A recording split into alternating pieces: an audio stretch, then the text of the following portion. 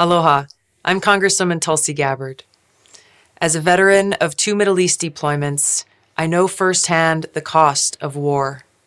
I know how important it is that our Commander-in-Chief has the sound judgment required to know when to use America's military power and when not to use that power.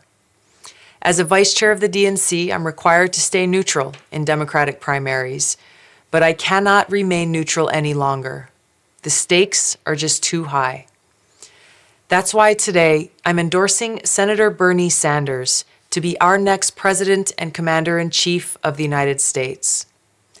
We need a Commander-in-Chief who has foresight, who exercises good judgment, and who understands the need for a robust foreign policy which defends the safety and security of the American people, and who will not waste precious lives and money on interventionist wars of regime change.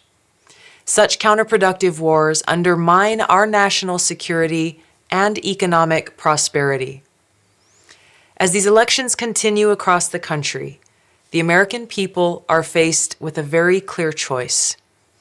We can elect a president who will lead us into more interventionist wars of regime change, or we can elect a president who will usher in a new era of peace and prosperity. It's with this clear choice in mind that I'm resigning as Vice Chair of the DNC so that I can strongly support Bernie Sanders as the Democratic nominee for President of the United States. And now I ask you, stand with me and support Bernie Sanders. Our job is not to divide. Our job is to bring people together. If we do not allow them to divide us up by race, by sexual orientation, by gender, by not allowing them to divide us up by whether or not we were born in America or whether we're immigrants, when we stand together as white, and black, and Hispanic, and gay, and straight, and woman, and man, when we stand together and demand that this country works for all of us rather than the few, we will transform America, and that is what this campaign is about. It's bringing people together. I'm Bernie Sanders, and I approve this message. Together.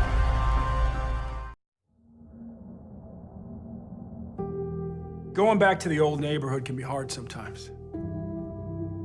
Walls have been built invisibly around the old neighborhood, and that police brutality is used to keep folks hemmed in, and frankly, opportunity locked out. I spent my entire life in the civil rights movement. I came up in the NAACP like my mom came up in the NAACP, like my father came up in the Congress of Racial Equality, like Bernie Sanders came up in the Congress of Racial Equality. Black Lives Matter. We need to combat institutional racism from top to bottom in a broken criminal justice system. I'm supporting Bernie Sanders for president, and all of us who have joined this campaign are there for the same reason. He has always fought for a populist position of let's fight for all of our families as if they are our own. I'm Bernie Sanders, and I approve this message. Other comments, simply, straightforwardly, what's going on in the community? What are we seeing with our own eyes? Woman right there. Yes, ma'am. Please stand up. Hi, my name's Allie. I'm a resident of Davison, just about 10 minutes out. And I'm a member of the Flint Youth Ballet. So I'm around lots of my peers that live in Flint. And it's heartbreaking to see some of my best friends go through this water crisis, to go home and not be able to shower or just drink water. See my younger students tell me, my family can't afford to go out and buy water bottles, and now it's starting to affect our car payments, and we're so focused on the water. And now my mom is a nurse anesthetist. She works at McLaren Flint. She didn't know what was going on at the hospital, and now people aren't trusting her. So I want answers. I want to know why my mom's getting blamed when she didn't know anything. I want to know why my peers can't even go home and drink and shower. I lost twins in July of 2015 due to being poisoned Both of my kids have tested positive for high levels of lead. My son has been suspended 56 times this year in school. He's in the 1st grade and he doesn't even want to attend school anymore. We threw around all these terms like brain damage and can you imagine being a 10-year-old kid? Like, these kids are aware of what's going on for some part. And I just can't imagine being a 10-year-old kid who has behavior issues, who understands that they were poisoned and something's going on. And I just am scared that people are going to forget about us and forget about these children. And these children know what's going on, and I feel like I see them and they are defeated. If the billionaires at Wall Street can get billions for the mess they made and get bailed out, if we don't need band-aids of 38 million, 28 million, we need numbers like billions.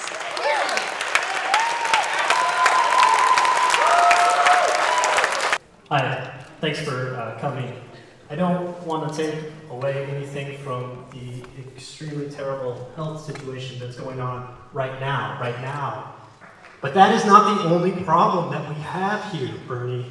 That's not it. When I was born here in Flint in 1980, we had the highest median household income of anywhere in the world.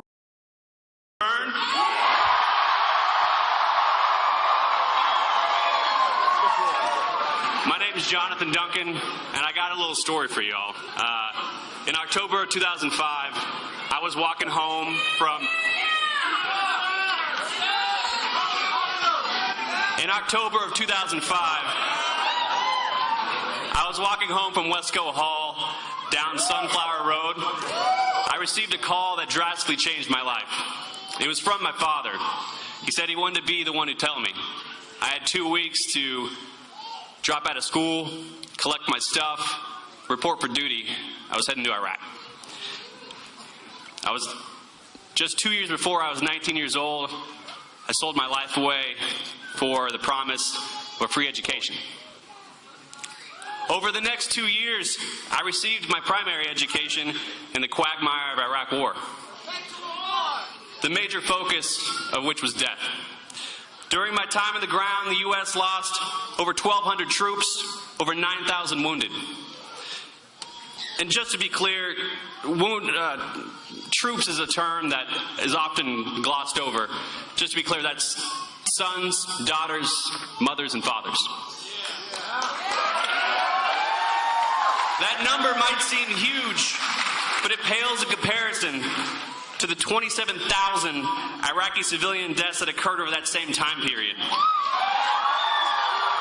That's roughly 60 deaths a day. Again, civilians is another term often used for brevity. Just to be clear, it truly means women, children, and the elderly. Unlike some of my friends, I made it home with all my fingers and toes without a wound to show. But that was back when I didn't realize that not all wounds were visible. As the nation grappled with the gravity of the stock market crash in 2007, I began to realize the gravity of a different disaster. How our government treats its returning warriors. This is where I received my secondary education. The main focus of my secondary education was mental illness. After 2 years deployed, 16 months in a war zone, I was a member of the longest continuous deployment of the United States ground. After 2 years deployed, 16 months in a war zone, I was a member of the longest continuous deployment of the United States ground combat military under Operation Iraqi Freedom. Yet the Army had one question for my mental health screening. I'll never forget it. Do you think you can handle everything in your life right now? I said, yes. Next. Over the next 2 years, I realized that I could not handle everything in my life right now. And it was only after the strong recommendation of a veteran buddy that I even looked for help. When I did, my university resources were unequipped to deal with me, and the VA told me it was a 3-month wait because they lacked proper mental health employees. As my friends desperately tried to find jobs during the recession, I realized that my brothers and sisters who were returning home from war zones were desperately trying to find resources to handle mental health. Veterans' lack of access to mental health care is directly related to the fact that roughly 22 veterans take their life a day, and that Iraq and Afghanistan veterans are quickly becoming the leading demographic of homeless veterans. Opponents to the movement call Bernie Sanders and his supporters whimsical. They call us idealists. They call us unrealistic. But I don't believe it's a whimsical notion that in the richest country in the history of the world, we not expect our kids to have to choose between a lifetime of debt and risking their life in a foreign land in order to receive an education.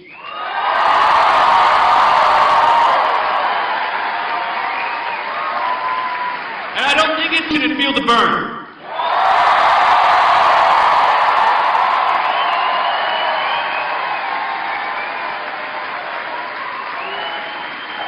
Up next, it gives me my great pleasure to introduce Andy Weber, who is a Native American. She'll be speaking with you now. Thank you.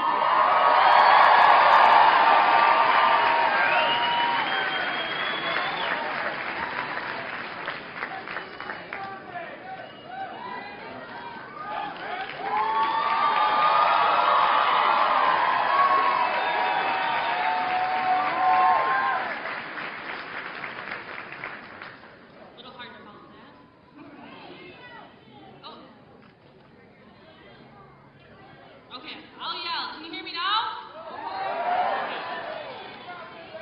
See this? Koldi to a kanisa. Wat ninon GIE Sakoshmansi. Hello, my name is Andy Weber, and I am honored to have this opportunity to be a part of something much, much larger than myself.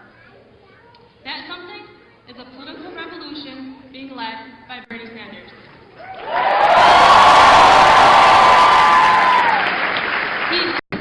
He means what he says. And because of that,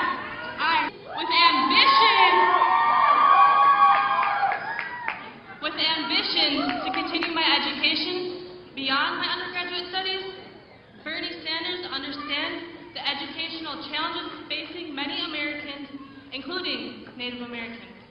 And because of that, I support Bernie Sanders.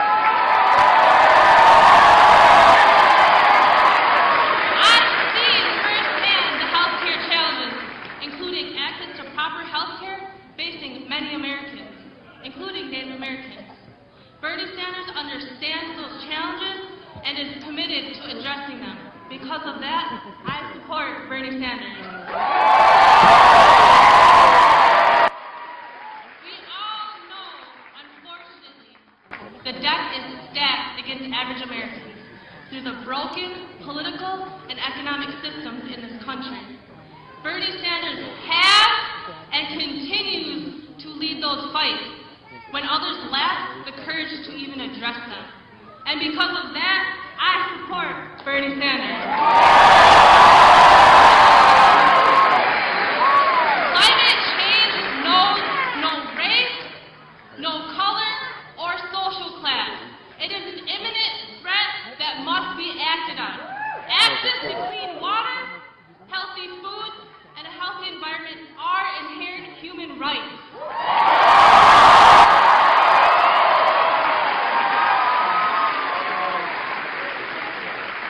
They should be afforded to all Americans without regard to their race or social class.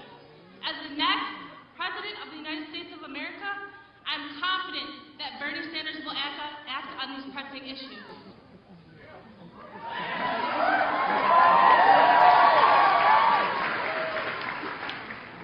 As a parent, a student, a steward to Mother Earth, and as an Indigenous woman, I support Bernie Sanders.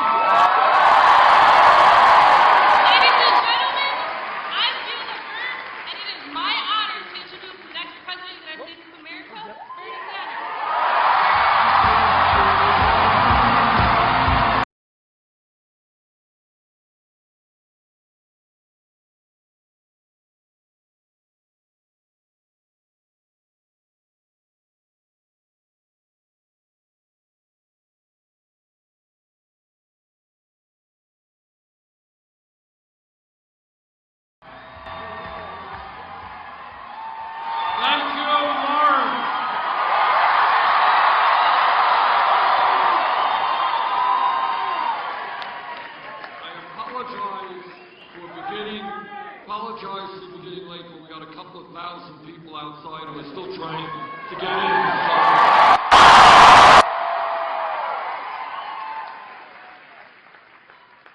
But let me pick up and thank Jonathan and Andy for their wonderful, wonderful introductions. So let me just pick up on the point that Jonathan made. Here's the truth. 2002, the most important foreign policy decision of modern American history was made. President Bush, Vice President Cheney, and the entire administration, they said that we should go to war in Iraq. I listened very carefully to what they had to say, and I ended up believing that they were not telling the truth. I voted against the war.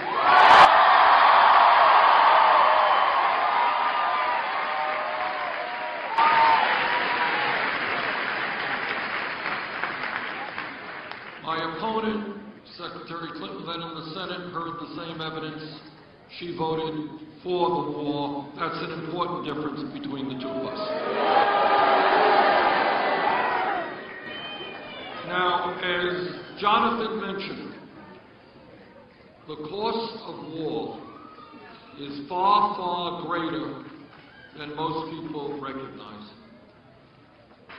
The cost of the Iraq and Afghanistan wars are not just 6,700 brave men and women who went off to war and never came home.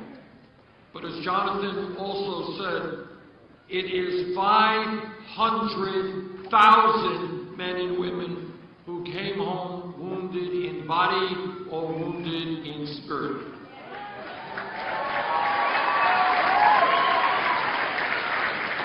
Hundreds of thousands of men and women who served in Iraq and Afghanistan are today dealing with post-traumatic disorder, or they're dealing with traumatic brain injury, very nasty illnesses.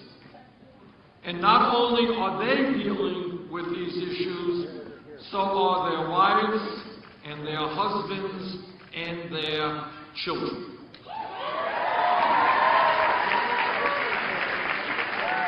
And the lesson of Iraq is that we should understand that war is a last resort, not a first resort.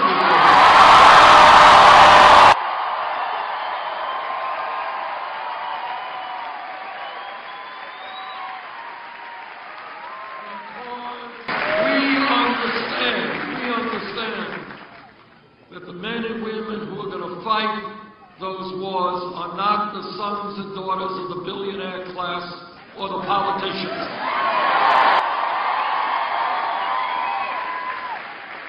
They are working class kids from all over this country.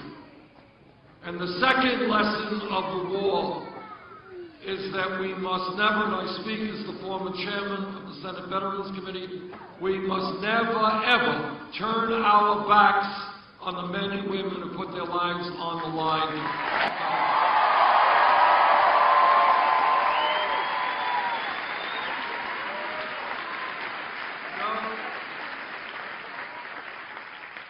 Sometimes I hear my colleagues talking about how we go to war, and how we should go to war, and how we should do this, and how we should do that. But when it comes to voting for adequate funding for the VA and the needs of our veterans, somehow these same brave, courageous people who talk about war all the time, they're not there when we need them to vote for our veterans.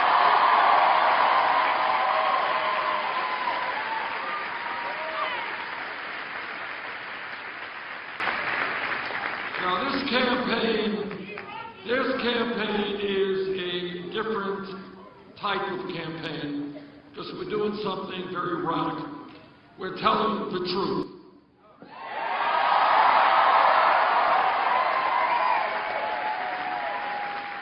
Telling the truth in American politics is sometimes pretty unusual. So let me tell you some truth. And when you talk about truth, the truth is not not always pleasant. I mean, I wish I could tell you that everything is going great, no problems, but I would be lying to you if I told you that. On the other hand, if we are to go forward as a nation, we need to deal with reality, no matter how unpleasant that reality may be.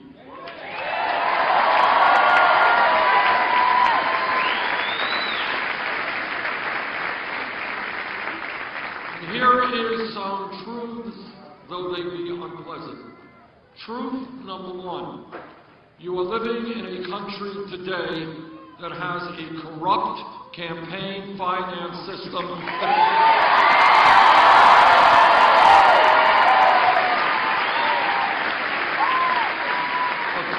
campaign finance system that is undermining American democracy.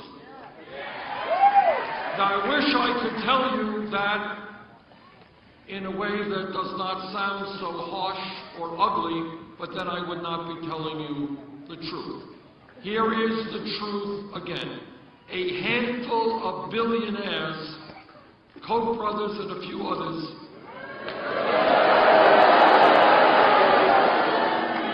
you have heard of the Koch brothers.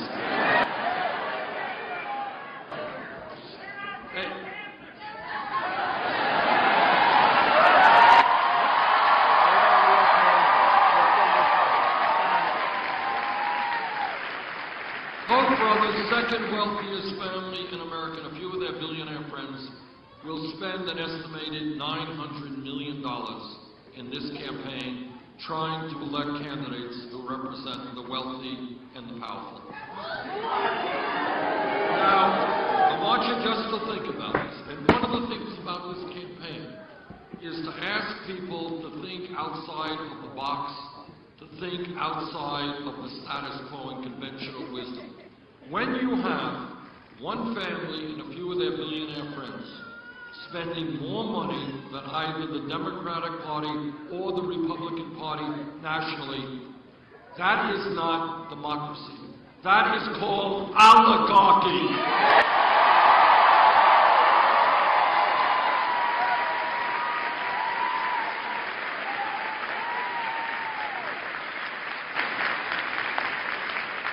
People fought and died throughout our history to protect our way of life. Our way of life is democracy, not oligarchy. Together, we are going to stop this oligarchic trend.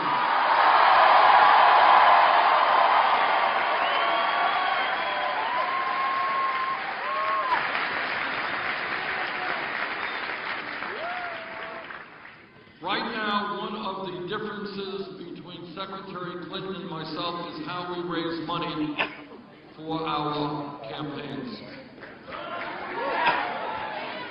Secretary Clinton has several super PACs.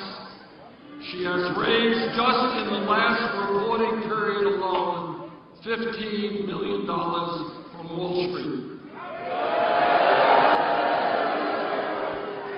Not to mention giving speeches behind closed doors to Wall Street firms for hundreds of thousands of dollars.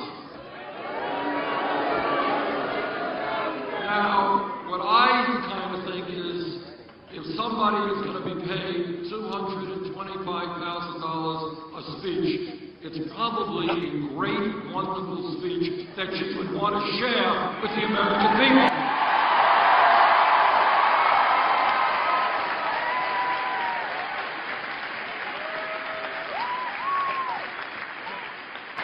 I am very proud to tell you, we do not have a super PAC. We don't want the money from Wall Street.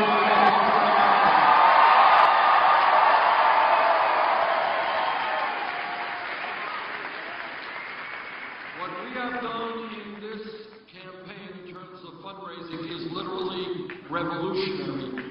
We have received, this is really unbelievable, something I never in a million years would have thought could have happened. We have received, up to this point in the campaign, 4 million individual contributions.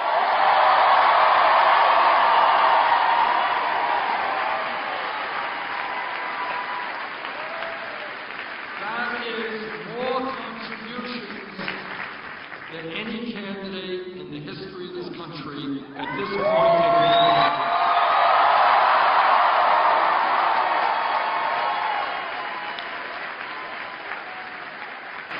So to paraphrase Abraham Lincoln at Gettysburg, this campaign, which by the way, do you know what the average campaign contribution is?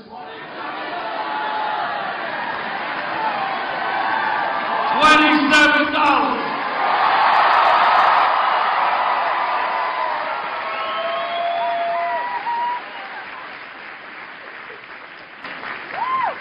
So I am not indebted to Wall Street, the drug companies, the fossil fuel industry. I'm indebted to millions of people for that $27.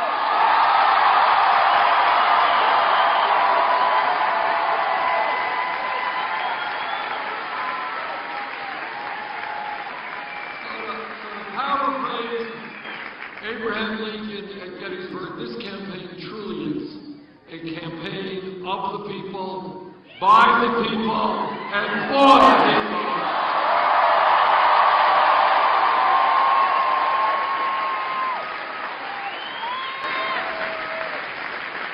Now, when you have a corrupt campaign finance system, when you have billionaires electing candidates to the Congress or the statewide offices around this country, what you end up with, obviously, is a Congress that is more interested in the needs of the billionaires than they are of the middle class and working families of this country. And the result of that is that we end up with a rigged economy. What does that mean? What a rigged economy means is that ordinary Americans, people in the middle class, working class, lower income people, in many cases are working longer hours for lower wages. It means that in America today, a lot of people don't know this, our people work the longest hours a year of any people in the industrialized world. Do you all know that? The Japanese are very hard-working people. We work longer hours than do the Japanese. So what you got in America today is mom is working, dad is working, kids are working, marriages are stressed because mom and dad don't have the quality time to spend together. Kids are not getting the attention that they need. And after all of that, 58% of all new income generated in America today is going to the top 1%. You guys ready for a radical idea?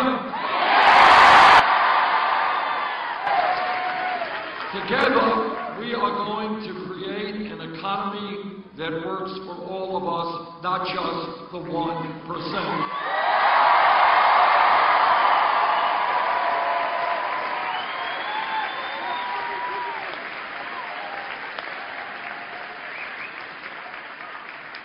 So you've got a corrupt campaign finance system, billionaires buy elections.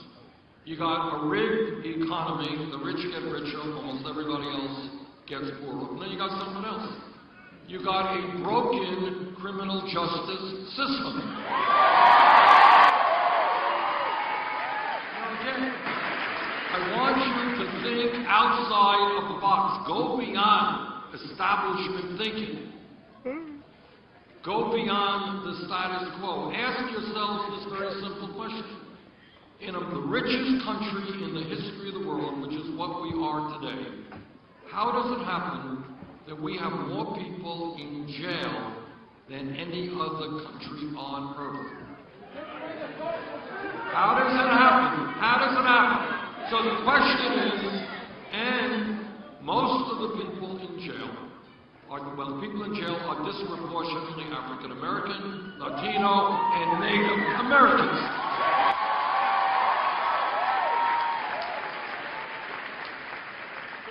Now let me throw out another radical idea. I know this is a conservative state. You ready for two radical ideas? Although I have the feeling that Florence may not be that conservative.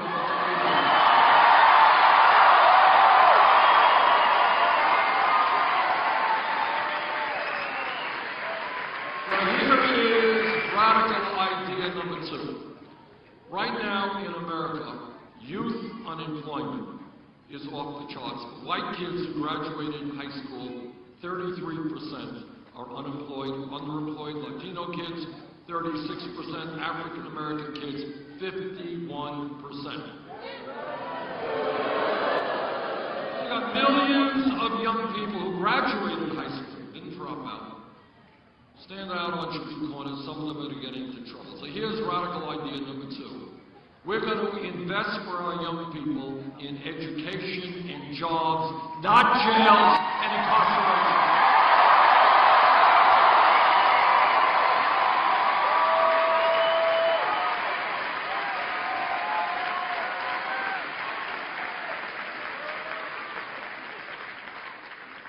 Now, when we talk about a corrupt campaign finances, and when we talk about a rigged economy, when we talk about a broken criminal justice system, all of that comes together in a story that kind of took place about a month ago. Here's the story.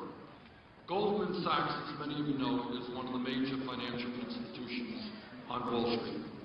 And Goldman Sachs, along with the other major Wall Street firms, is largely responsible, of course, for the financial collapse in 2007, which resulted in millions of Americans losing their homes, their jobs, and their life savings. About a month ago, Goldman Sachs reached an agreement with the federal government, and they reached a settlement to pay $5 billion. $5 billion. Other banks even paid larger settlement agreements. Why did they reach this agreement? Because, as everybody knows, they were selling worthless packages of subprime mortgage loans to investors and the general public. So they, well, that's right, they are crooks, as a matter of fact.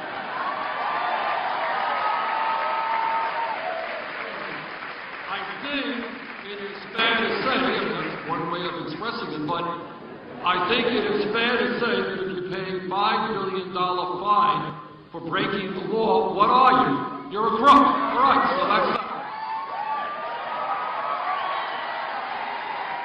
And again, you know, when I talk about unpleasant truths, this is what I am talking about.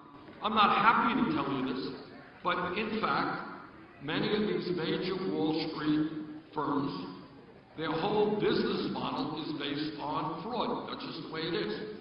And we got to recognize that, which, by the way, should tell us that when you have a handful of huge financial institutions today that are bigger than they were when we bailed them out because they were too big to fail, then maybe what we should be doing today is bringing back Glass-Steagall and breaking them up.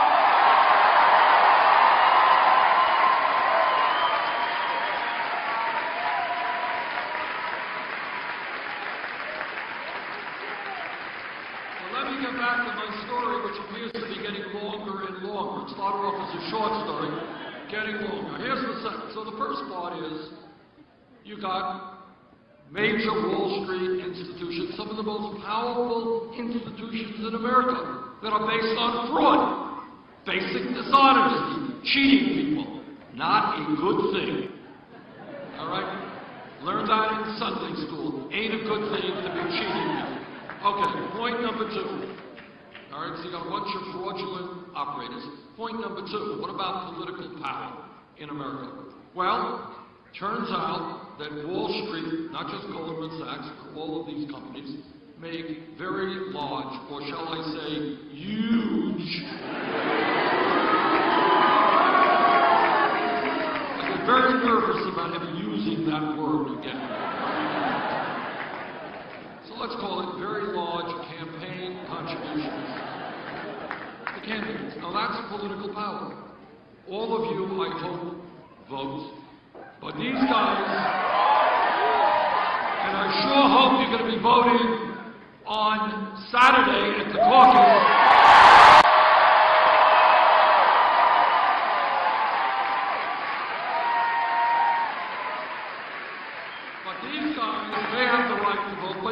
they also are pouring huge amounts of money into the candidates that they like. That's political power. Third point is called the revolving door. You know what the revolving door is? This is what the revolving door of politics is. You work on Wall Street, you're head of a major financial institution like Goldman Sachs, then you go to work for the government, and then you go back to Wall Street. Turns out that in the last 20, 25 years, Goldman Sachs has given the government 2 secretaries of the Treasury. Got it? Wall Street Secretary of the Treasury back on Wall Street. One under a Democratic administration, one under a Republican administration. Kind of bipartisan, you know. So that's political power. But here is the most important point. Most important point, and what the American people are angriest about, is the fact that if some kid in Kansas or Vermont is picked up today with marijuana, you're familiar with marijuana, I can see that.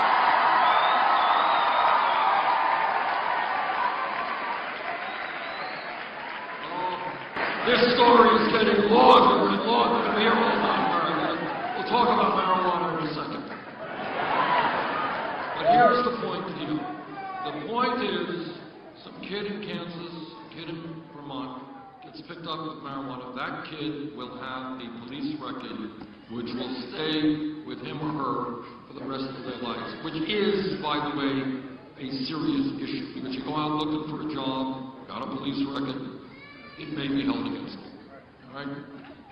Yet if you are an executive on Wall Street whose illegal behavior helped to crash the American economy, resulting in millions of people suffering, losing life savings, losing their homes, losing their jobs, you know what happens to you?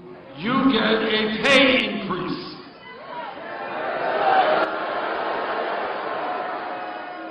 $5 billion settlement for the federal government for illegal behavior, and yet none of these people are prosecuted or charged with a crime. So I will tell you what together we are going to do. We are going to bring back justice to the criminal justice system.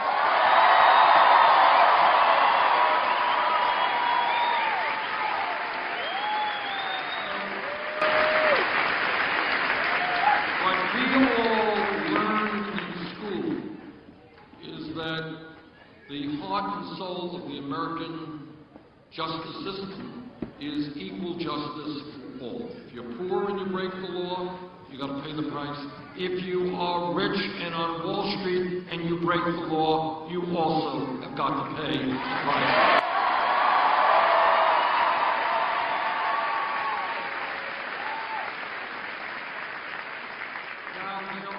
When we talk about a broken criminal justice system and why we have more people in jail than any other country, it is a long, long story, and a lot of factors are involved. But here is one that has disturbed me, and I'll tell you what we're going to do about it. It turns out that over the last 30 years, millions of Americans have received police records as a result of having been caught possessing marijuana. Now, you can argue, and there are a lot of scientists who argue it, the pluses and minuses of marijuana. But right now, as part of the Federal Controlled Substance Act, and that is the act by which drugs are rated as to how dangerous they may be. Marijuana is a Schedule I drug right next to heroin.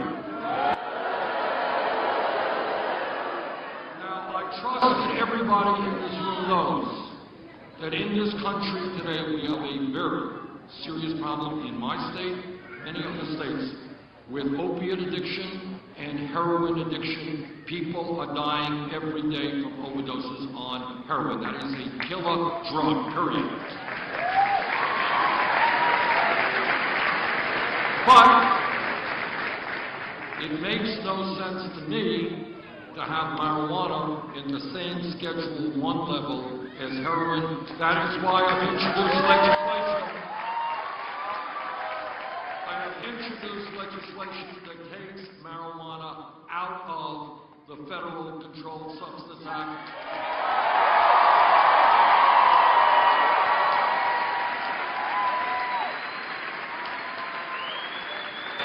In our federal system, states make the decision about legalizing or not marijuana, but it should not be, in my view, a federal crime.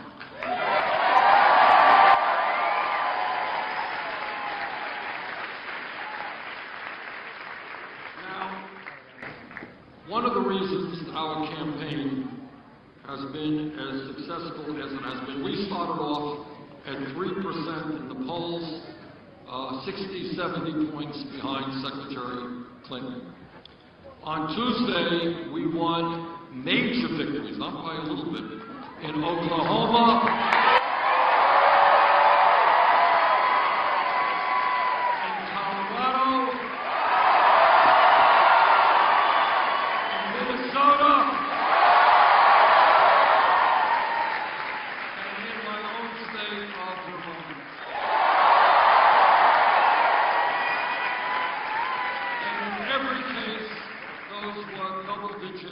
victories.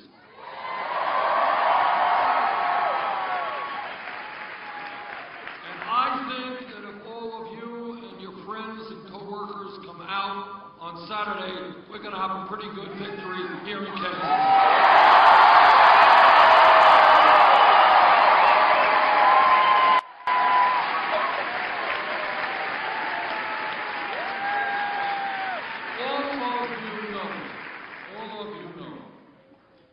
That from a world historical perspective, democracy is a pretty new concept. Pretty new. Last couple of hundred years. American Revolution, French Revolution, etc. And before that, what you had is societies, by and large, where kings and queens and czars made all of the decisions. What we have got to do in this country today is revitalize American democracy.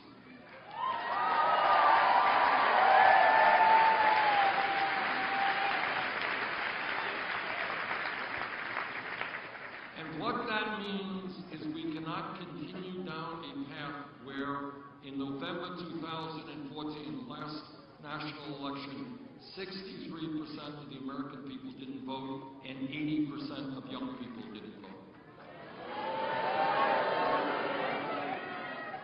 What we have got to do, and what we've got to make our friends understand, is there are people on the top who want nothing more than for folks not to vote. They want people to be apathetic. They want people to be uninvolved. They want friends of yours to say, oh, politics is all crap. I'm not going to get involved. That is exactly what the Koch brothers and the billionaires want.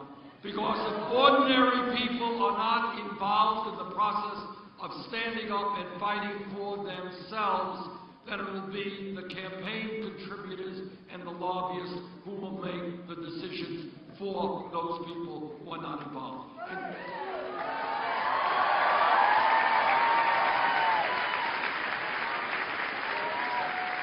That is what the political revolution is about. It is telling the Koch, it is telling the Donald Trumps of the world that we will not allow them to divide us up between blacks and whites and Latino and Native Americans and Asian Americans. We're going to stand together, gay and straight, we're going to stand together.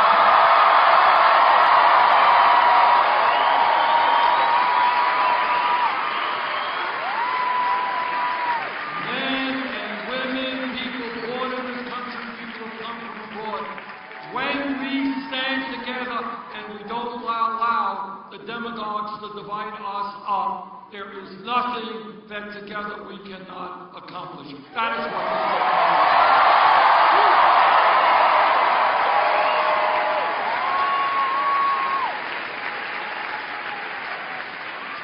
I want to say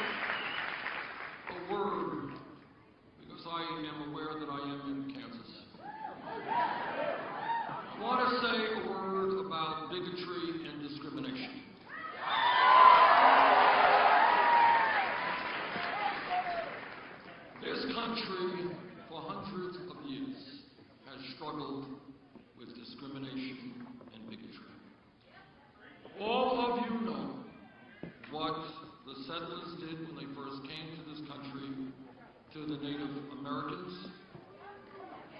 And that oppression goes on today.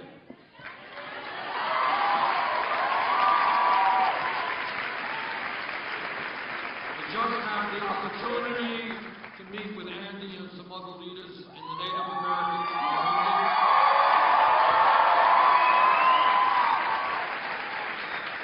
We will stand with the Native people in making sure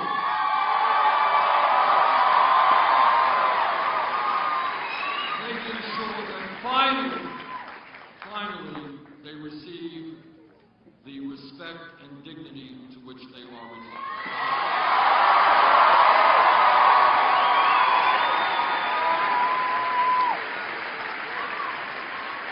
We have struggled with racism in this country for hundreds of years, and we are struggling with it today. And I promise you, as president, that no president will fight hard to end institutional racism.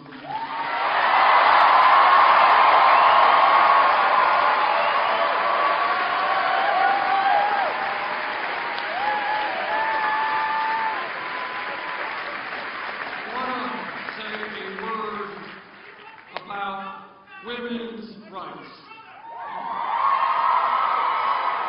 Everybody knows that 100 years ago, women in America did not even have the right to vote. But women all across this country stood up with their male allies and fought back and said that in America, women will not be second-class citizens.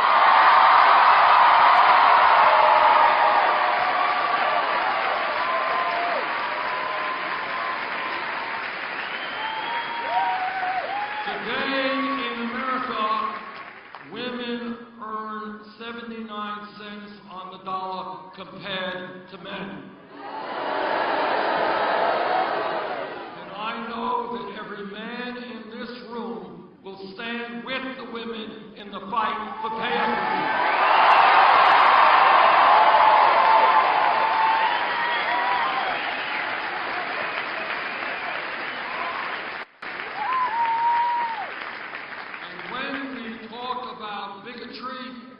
And when we talk about discrimination, the time is long overdue to stop homophobia in the United States of America.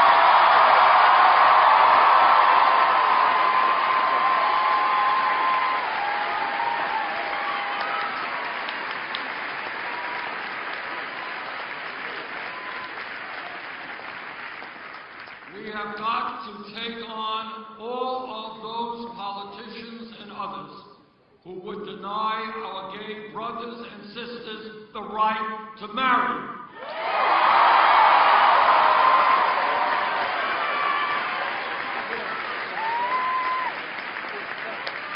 And we have got to fight to end discrimination against the LGBT community in terms of employment, housing, and in other areas.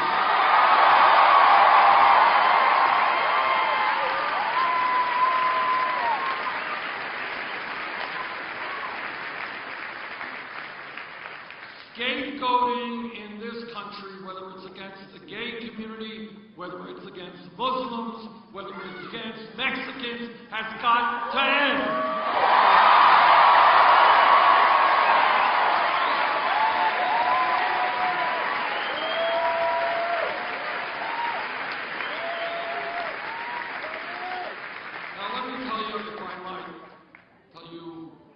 Another story. This is story number 2 for tonight.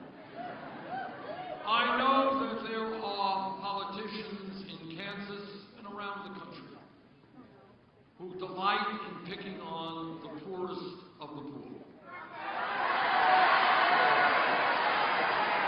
Who think that they can win votes by telling the middle class that they are subsidizing poor children and low-income people. Let me say this to the government of Kansas or any other state government or the federal government. Let's talk about welfare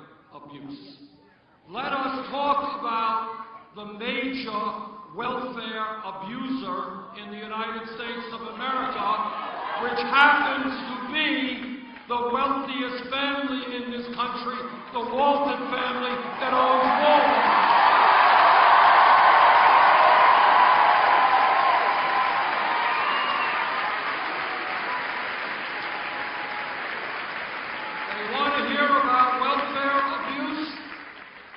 The Walton family, the wealthiest family in America that owns Walmart, they pay their workers wages that are so low that many of their workers are forced to go on Medicaid, food stamps, and subsidized housing. And do you know whose taxes pay for those Medicaid, for that Medicaid, food stamps, and subsidized housing? You do. So on behalf of the wealthiest family in America, the Walton family, I want to thank you for subsidizing them. They are very appreciative of your help. After all, they're only worth $60, $70 billion. It's hard to get by on that.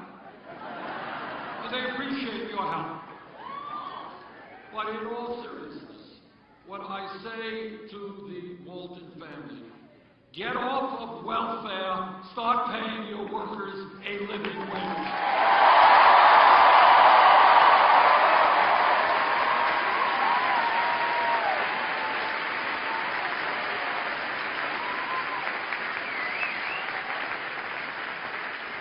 Now, the reason this campaign is doing so well and it has so much enthusiasm, and I'm so proud that all of you are out here this evening.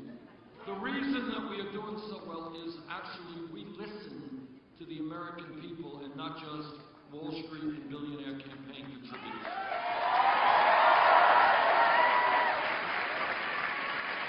We are listening to workers throughout this country who are telling me they can't make it on $8, $9, $10 an hour. They are telling me that the federal minimum wage of $7.25 an hour is a starvation wage and must be raised.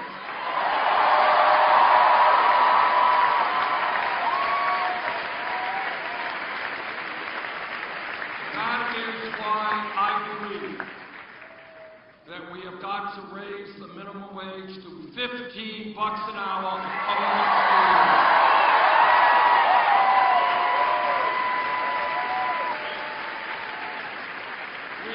Listening to senior citizens in Kansas, Vermont, and all over this country who are trying to make it on $11,000, $12,000 a year Social Security. And you know what? Nobody makes it on $11,000, $12,000 a year Social Security.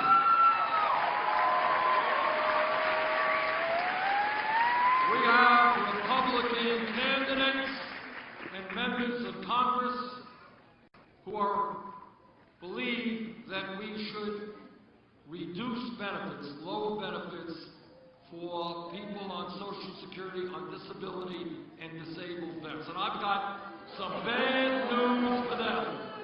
We are not going to lower Social Security benefits. We're going to raise Social Security benefits.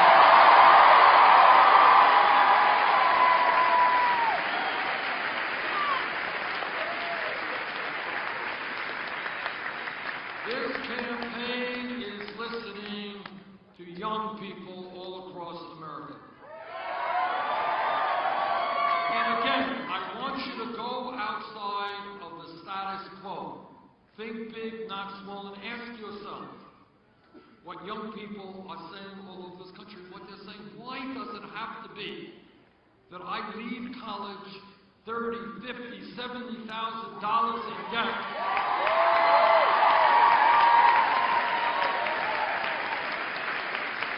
Just out of curiosity, how many people here have student debt? Anybody here not have student debt? Well, you're in the minority. You're the lucky few. Millions of Americans, young and not so young, are carrying outrageous levels of student debt. A woman in Burlington, Vermont, dream was to go to medical school. She's now practicing primary health care, $300,000 in debt. woman graduated dental school in Iowa, $400,000 in debt. My friends, this is crazy stuff. And again, it's thinking outside the box, not accepting the status quo. Education, I need not inform anybody in this room, is a good thing.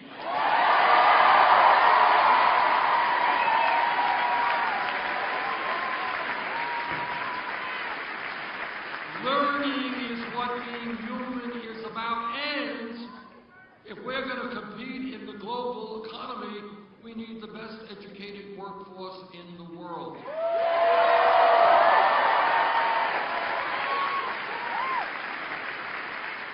That is why I have introduced legislation that does two things and will make this happen if I'm elected president. Number one, in 2016, when we talk about public education, it's not good enough to just be talking about first grade through 12th grade. That was a great idea 50 years ago, but today a college degree in many respects is the equivalent of what a high school degree was 50 years ago.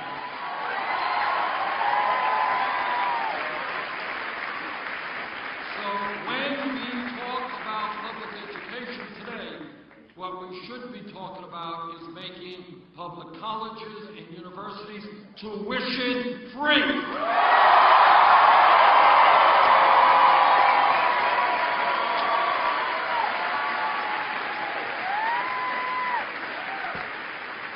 And we also should be talking about substantially reducing the level of student debt in this country.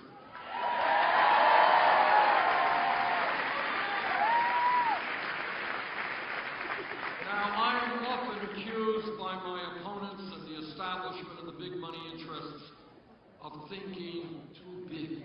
Imagine that in America we could do what Germany does, Scandinavia does. You know, they invest in their young people because they understand that a well-educated population is what will make them successful in years to come.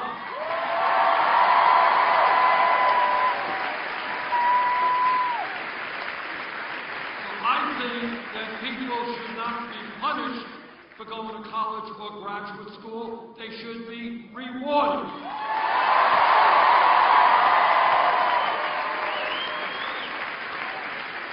Now, to make public colleges and universities tuition-free and to substantially reduce student debt is an expensive proposition. It's about $70 billion a year. How are we going to pay for that? I will tell you how we pay for it. We're going to pay for it by a tax on Wall Street speculation.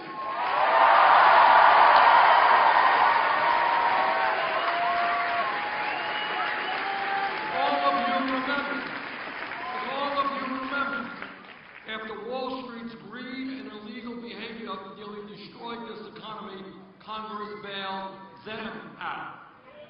Now it is time for Wall Street to help the middle class of this country.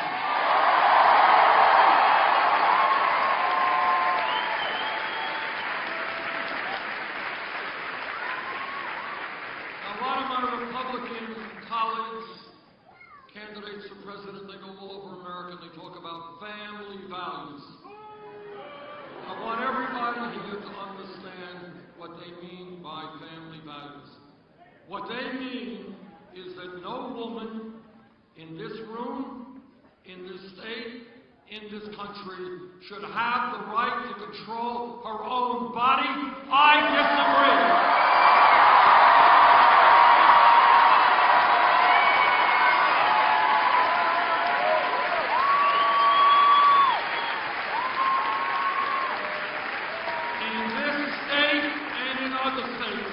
There is a war against women. It has got to end.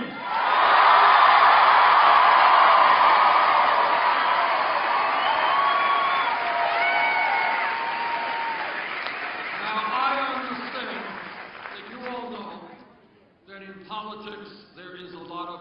hypocrisy. You all know that. But I'll tell you something, on this issue of a woman's right to choose, I think hypocrisy goes to the highest level. I'll tell you why. These Republicans go around the country and they say, government is terrible. We hate government. We're going to cut Social Security, Medicare. We're going to get rid of the Affordable Care Act. We are going to get government off of your backs. Except when a woman has to make a very personal choice. Then they love the government.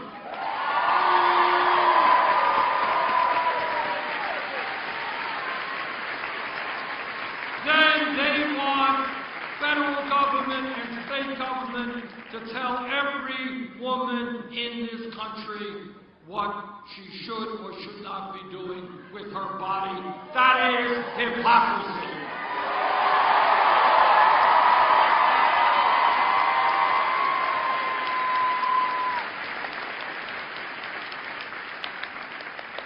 This campaign is listening to our brothers and sisters in the African American community.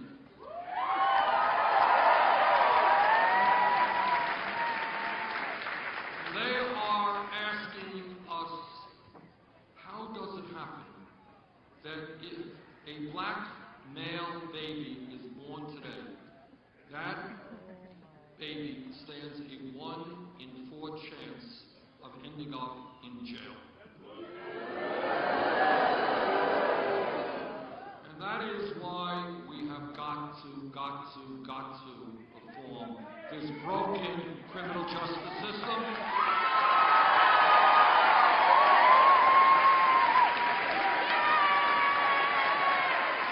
That is why we need police department reform in this country.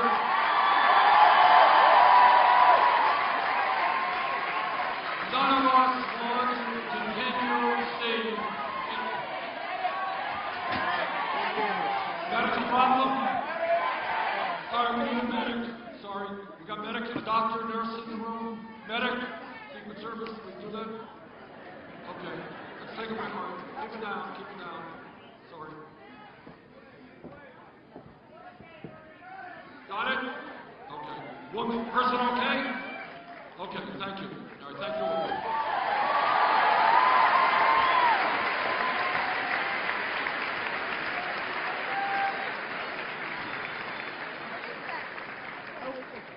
For my computer, yeah. Thank you for grabbing it. Let me move to another issue, and that is the fact that I am a member of the Senate Committee on the Environment and the Senate Committee on Energy.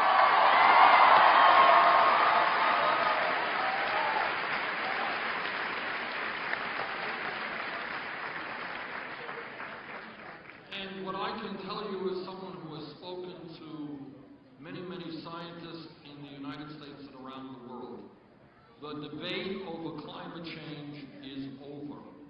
Climate change is real. It is caused by human activity.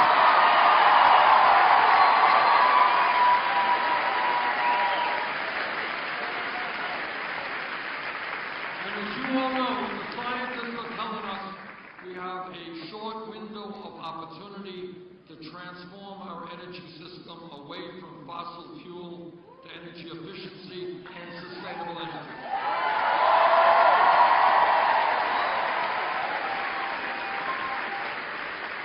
And what the scientists are telling us, we're seeing more and more evidence of this every single day. If we don't get our act together, this planet by the end of the century will be 5 to 10 degrees Fahrenheit warmer than it is now. And that means more drought, more floods, extreme weather disturbances, acidification of the ocean, rising sea levels, and international conflict as people fight over limited natural resources. We have a moral responsibility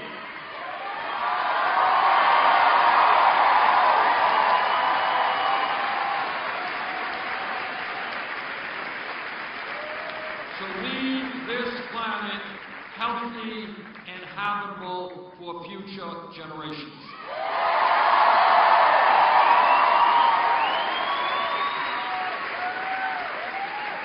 And I want to connect some dots here.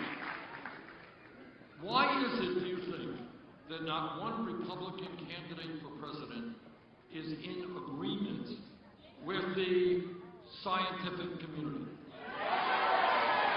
And the answer is, as some here have suggested, it ties into a corrupt campaign finance system.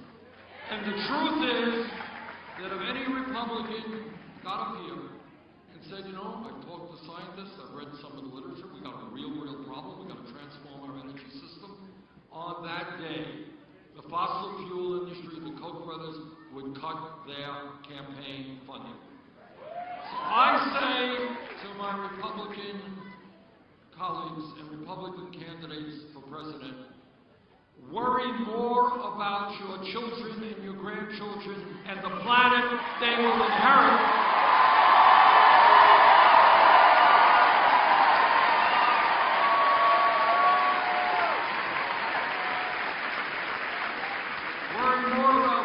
Generations in this planet than your campaign contributions and the profits of the oil industry and the coal industry today. By the way, for all of those tough guys out there, the politicians are so tough beating up on poor people. Why don't you beat up on people who can fight back like the fossil fuel industry?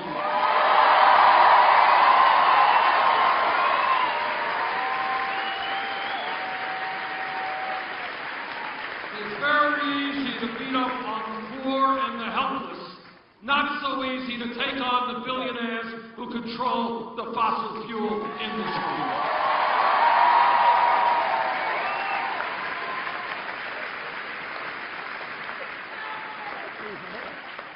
Now, I've been criticized for many things every day in every way. And I'm proud of that, you know?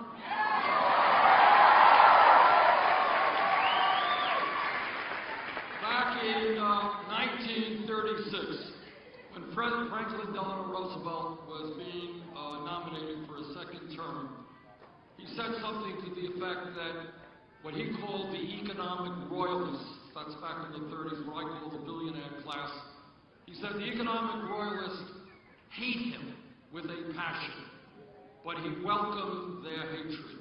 I welcome the hatred of the fossil fuel industry.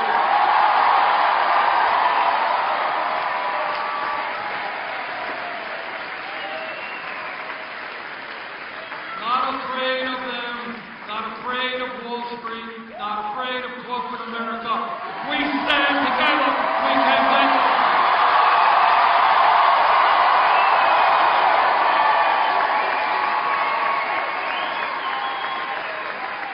Now, when I ask the people of the United States to think big, let me give you one example of what I am talking about. All over the world, we need help. All right, medics. We need a medic here? Okay. Great. Medic, doctor, nurse. Right here. We got somebody to help? Right here, please. Right here in front. You're right. People have been standing for too long. It's not good. All right, can we get somebody here? Okay, we got some medics coming. Okay.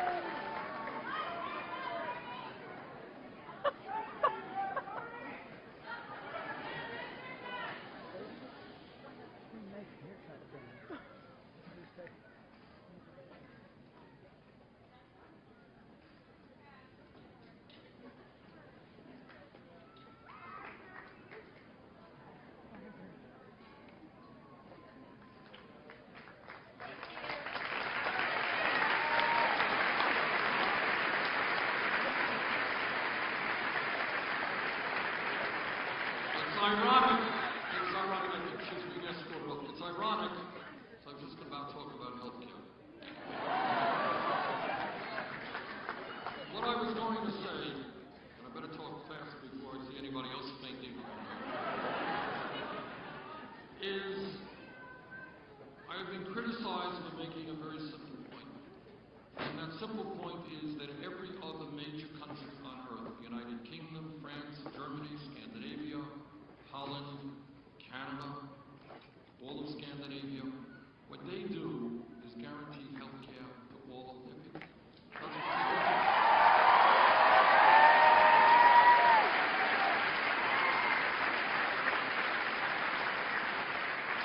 Now, I'm a member of the committee that helped write the Affordable Care Act, and it has done some very good things. It has done away with this lunacy of pre-existing conditions. We've added over 17, 18 million people to the ranks of the insured, and we've done away with discrimination against women in healthcare premiums because they are women. Not a very bright idea.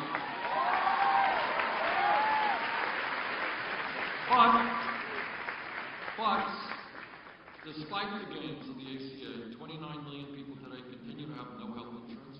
Many of you and millions of other Americans are underinsured with high co-payments and high deductibles, is that right? And the pharmaceutical industry is ripping us off every single day.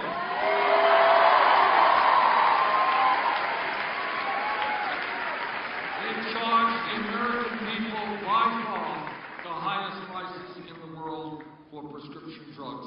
And then on top of all of that, we end up spending far, far more per capita on health care than do the people of any other country. We spend almost 3 times what the British do, 50% more than the French, far more than the Canadians.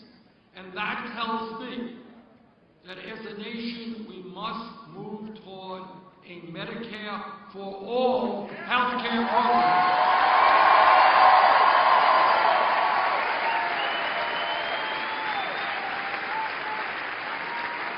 In my opinion, healthcare is a right of all people, not a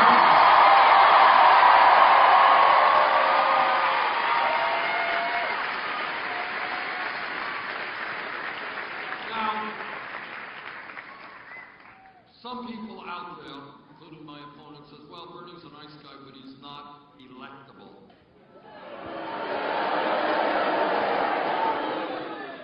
So let me refer you to many, many national polls which have me beating Donald Trump and beating him badly.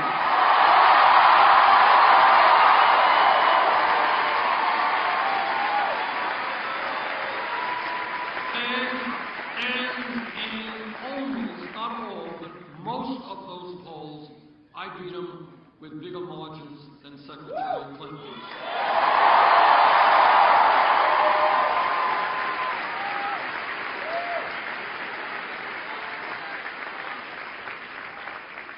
Let me tell you why we will defeat Donald Trump. On economics, Donald Trump believes that we should be giving hundreds of billions of dollars in tax breaks to billionaire families like his. Donald Trump believes that we should not raise the minimum wage above $7.25 an hour. In a TV debate with his Republican friends, Donald Trump said that wages in America are too high. Donald Trump, as you know, is the greatest of everything in every area of life. Just ask him, it'll tell you. And clearly, among his many attributes, he's a world-class scientist. You didn't know this. And he has studied climate change for years, and he has reached the conclusion that climate change is a hoax perpetrated by the Chinese. Now, that a Republican would tell us that climate change is a hoax does not surprise me. That's what they believe. But perpetrated by the Chinese, I was kind of shocked. I would have thought that he thought it was the Mexicans or the Muslims.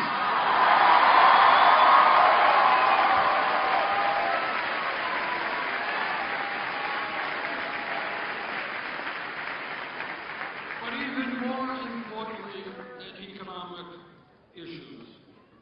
We will defeat Donald Trump because the American people do not want a president who insults Mexicans, Muslims,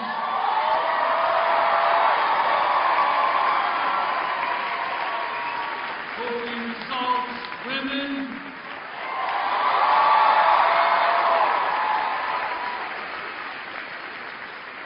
who insults African Americans, and who led the effort for this birther nonsense, which attempted to delegitimize the presidency of Barack Obama for one reason: the color of his skin. You know, I have found it very interesting that Trump and others try to delegitimize the president, claiming that he was born outside of the United States. My father came to this country from Poland. I am the son of an immigrant. Nobody has questioned and asked me for my passport. Maybe it has something to do with the color of my skin.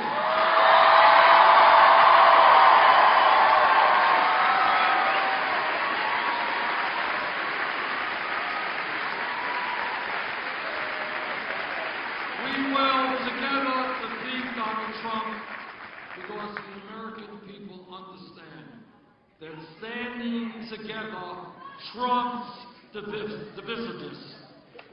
Standing together trumps dividing us up.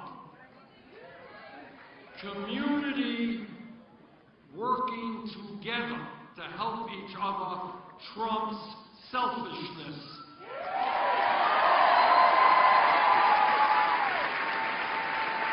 And most importantly, we will defeat Donald Trump because love trumps hatred.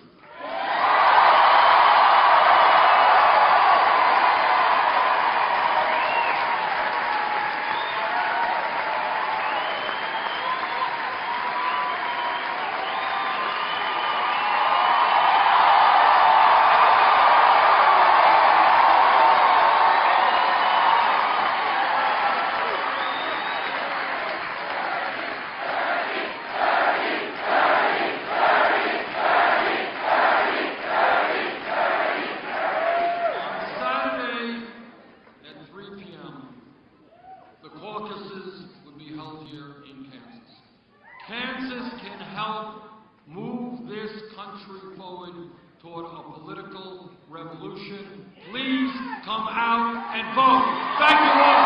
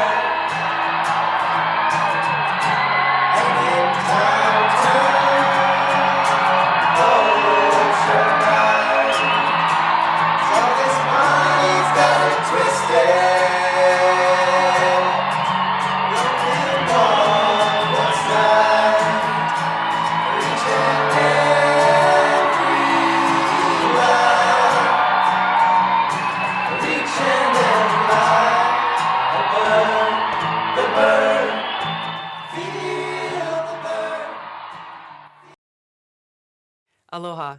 I'm Congresswoman Tulsi Gabbard. As a veteran of 2 Middle East deployments, I know firsthand the cost of war. I know how important it is that our Commander-in-Chief has the sound judgment required to know when to use America's military power and when not to use that power. As a Vice Chair of the DNC, I'm required to stay neutral in Democratic primaries, but I cannot remain neutral any longer. The stakes are just too high.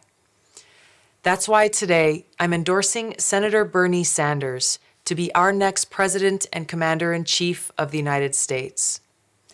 We need a Commander-in-Chief who has foresight, who exercises good judgment, and who understands the need for a robust foreign policy which defends the safety and security of the American people and who will not waste precious lives and money on interventionist wars of regime change. Such counterproductive wars undermine our national security and economic prosperity. As these elections continue across the country, the American people are faced with a very clear choice. We can elect a president who will lead us into more interventionist wars of regime change, or we can elect a president who will usher in a new era of peace and prosperity. It's with this clear choice in mind that I'm resigning as vice chair of the DNC so that I can strongly support Bernie Sanders as the Democratic nominee for President of the United States. And now I ask you, stand with me and support Bernie Sanders.